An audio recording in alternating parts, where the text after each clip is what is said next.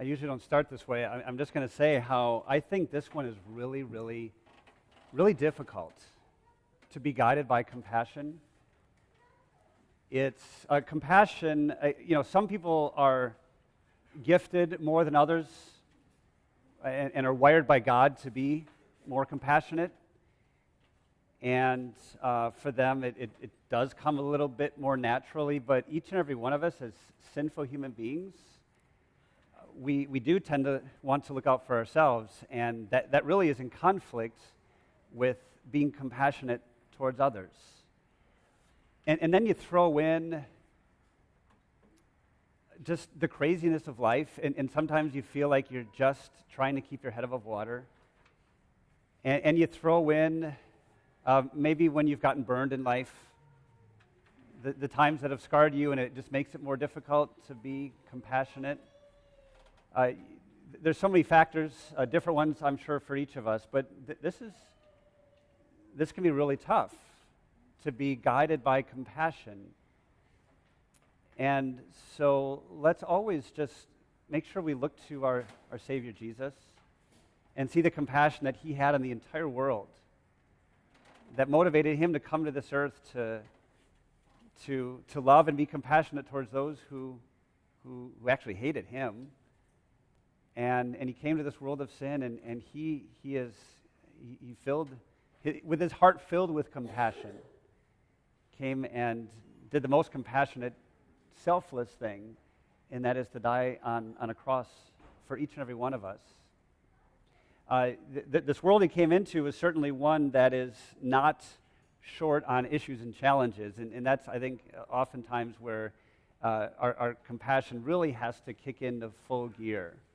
There's no shortage of issues that we deal with, whether it's the homeless situation right here in our community, throughout Los Angeles, and in a lot of places, I think in California. You've got inequality, you've got crime, you've got mental illness.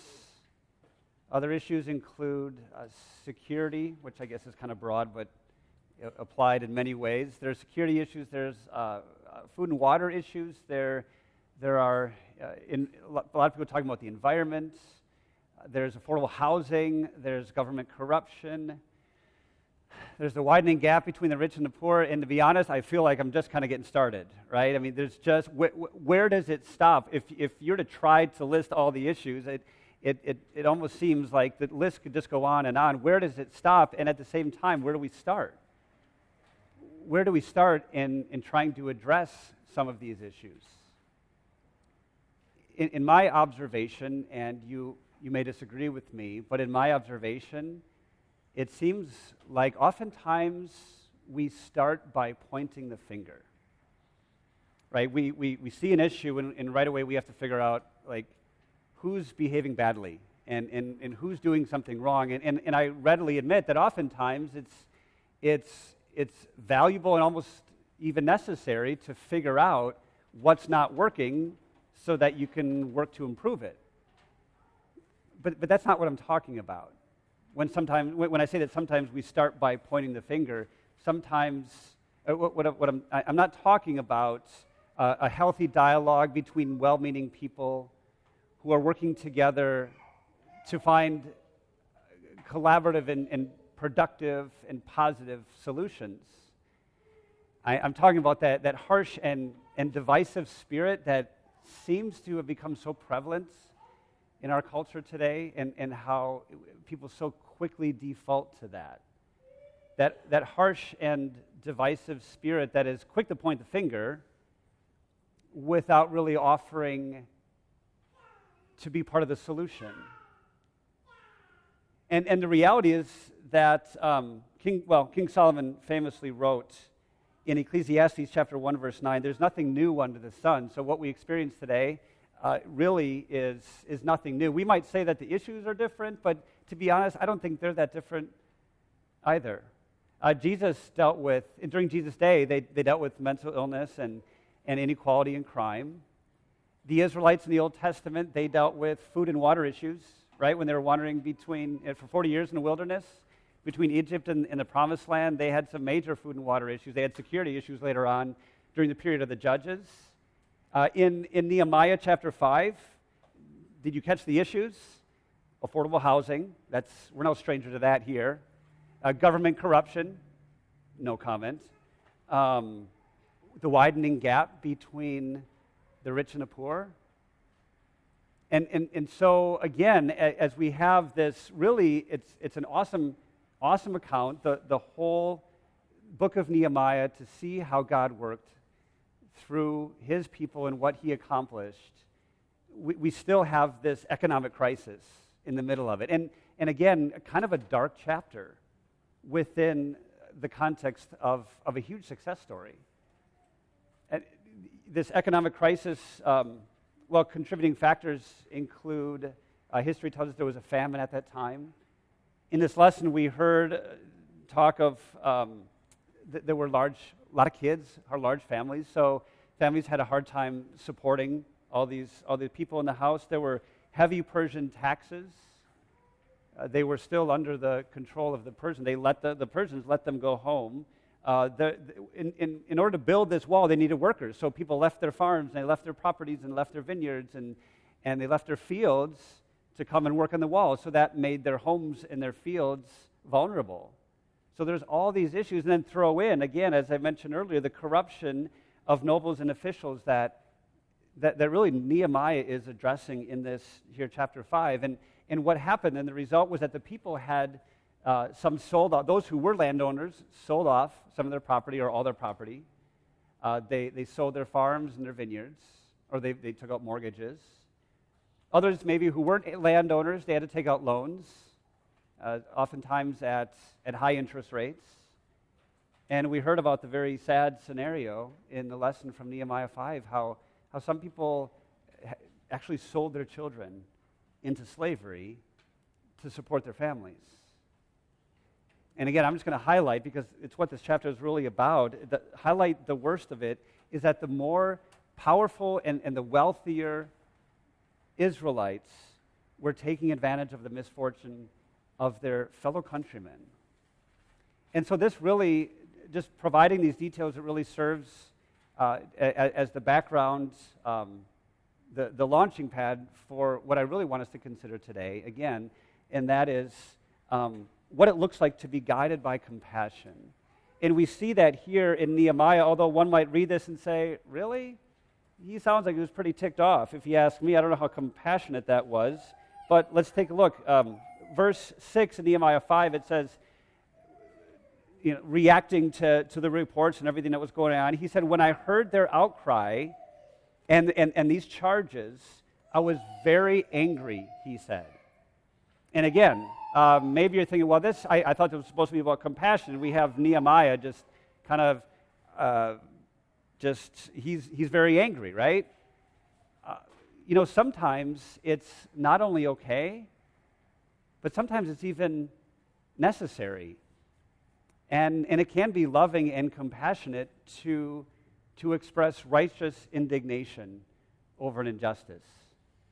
I look at Jesus, I think he's a great example. The example, actually, on 2 occasions, he did the same thing during his ministry. We're told about how he went into the temple, and he was mad, right? He was angry. He went in and cleansed or cleared the temple, and justifiably so, because the people there were not treating God's house properly, so they were dishonoring God, and at the same time, they were robbing the Gentiles. This was their only place for them to worship, so they were robbing a certain demographic of a worship space. So yeah, Jesus was justifiably upset, and he was justified in what he did. So yeah, sometimes it's okay it's not only okay, but sometimes it's necessary to express, to say something, right? And to speak up. And the reality is, I think for a lot of us, is that we think it's easier to let someone else do this. I think the reality is that we may see a need, we may see an issue, and think, well, it's easier not to speak up. It's easier to let someone else say something. And you notice it, and you're just hoping that this guy also notices it so they can be the one to say something, right? Sometimes it's easier to let someone else get their hands dirty. I really don't have time for this kind of thing right now. don't even get me started. I don't have the bandwidth, whether emotionally or whatever, right? I mean, sometimes it's easier for us to not put our reputation, to let someone else put their reputation on the line by speaking up on a oftentimes a controversial issue. It's easy, I think, for a lot of us to just let someone else do the heavy lifting. And it may be easier, I guess, on some levels, but I would also say that what Nehemiah did by speaking up, that was the more compassionate thing to do. And he did. In Nehemiah chapter 5, verses 7 and 8, he says, I pondered them, what he had heard and all that was going on. I pondered them in my mind and then accused the nobles and officials. I told them, you are charging your own people interest. And then he calls that meaning, and it continues on. As far as possible, we have bought back our fellow Jews who were sold to the Gentiles. Now you are selling your own people only for them to be sold back to us. Nehemiah had some really tough things to say. It says he accused the nobles and officials. And yet, we can still say that he was guided by compassion. Right? He first of all, just to make some observations, I appreciate how it says that he pondered these things. One way that we can be guided by compassion in dealing with difficult situations is just, as Mom likes to say, think before you speak. He didn't just fly off the handle, right? But he pondered what he wanted to say. Secondly, he was brutally honest. You know, sometimes there are things that just need to be said. And I would also add here then, towards the end of verse 8, he paused, right? And so what he does there is he gives them an opportunity to consider his words and really their actions. And perhaps, I suppose, maybe even to give them an opportunity to respond. Maybe this was a big misunderstanding, right? But at the end of verse 8, it says, they kept quiet because they could find nothing to say. So they knew their guilt. So I continued. He paused and he continues. He said, what you are doing is not right. Shouldn't you walk in the fear of our God to avoid the reproach of our Gentile enemies? I and my brothers and my men are also lending the people money and grain, but let us stop charging interest. Give back to them immediately their fields, vineyards, olive groves, and houses, and also the interest that you are charging them. Again, this is not an easy conversation, but it was a necessary and appropriate conversation. And again, guided by love, notice what he does here. He appeals to their faith. We may not always have that opportunity, depending on who we're interacting with. But when we are interacting with fellow believers, notice here again, Nehemiah appeals to their faith, which is the best approach to making change, right? He appealed to their compassion for their fellow Israelites. And he also, I would add here, he made some practical suggestions. He didn't just point the finger, but he actually said, now this is what we need to do, and I'm going to be a part of it. You know,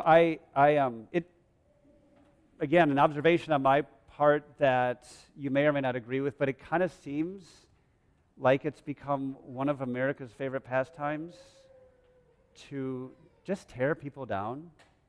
I think we see this a lot in, whether it's on social media, we see it a lot publicly being done, right? So it plays out something like this. I notice behavior. I observe behavior that I don't agree with. And then I get piously appalled, right? And I say piously appalled because it's almost as if, like, I don't do anything wrong. I'm just going to, criticize you. So I observe behavior. I get piously appalled.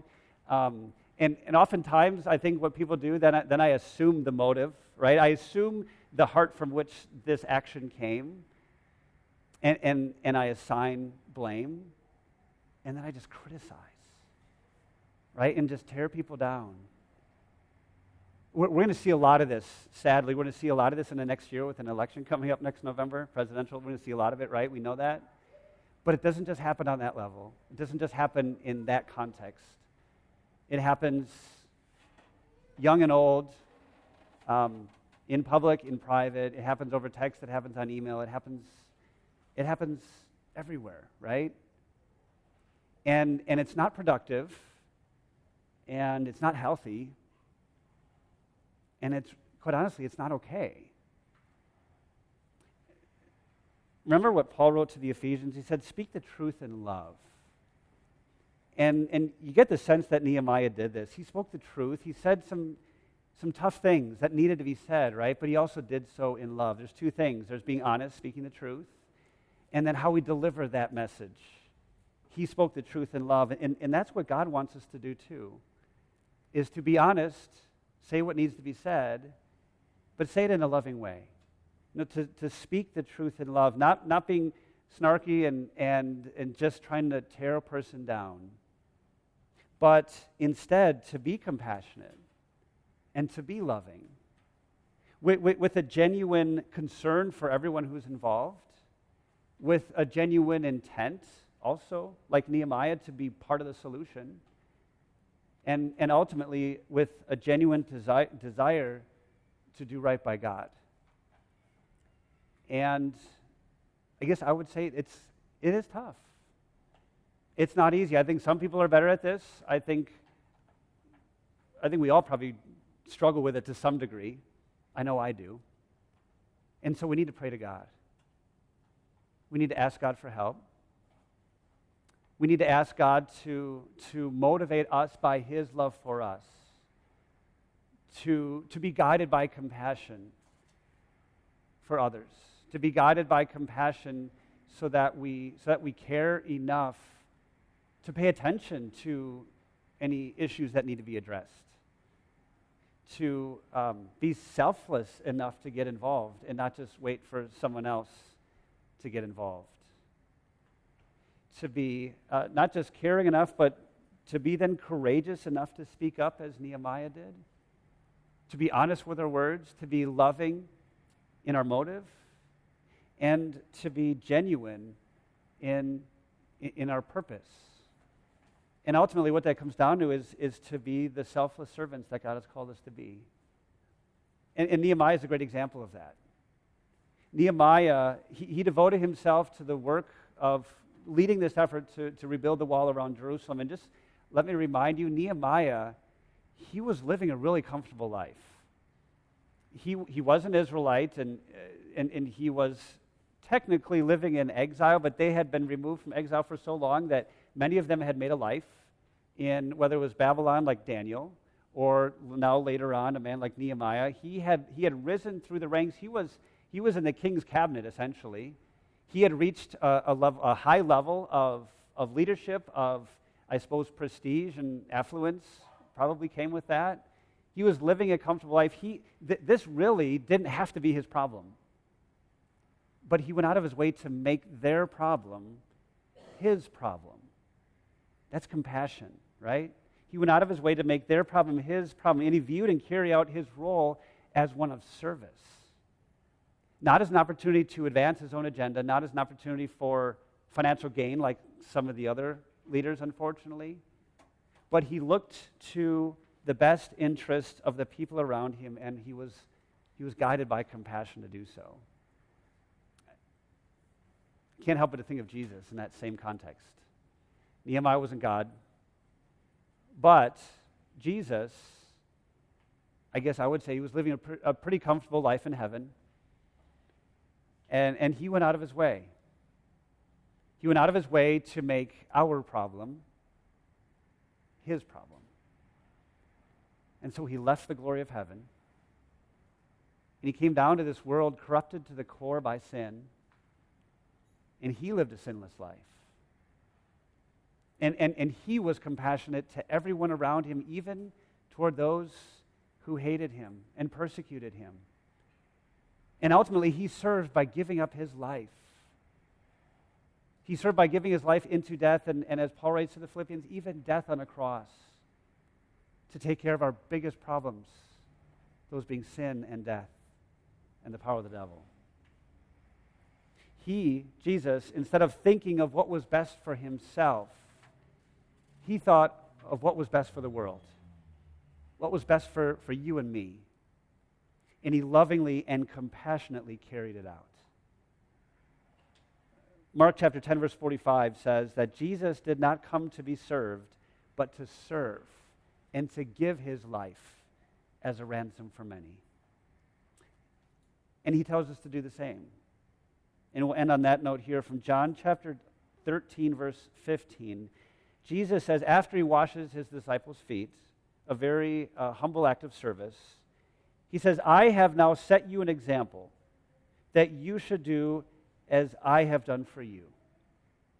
Now let's first of all remember that Jesus is first and foremost our Savior. But he also says this here.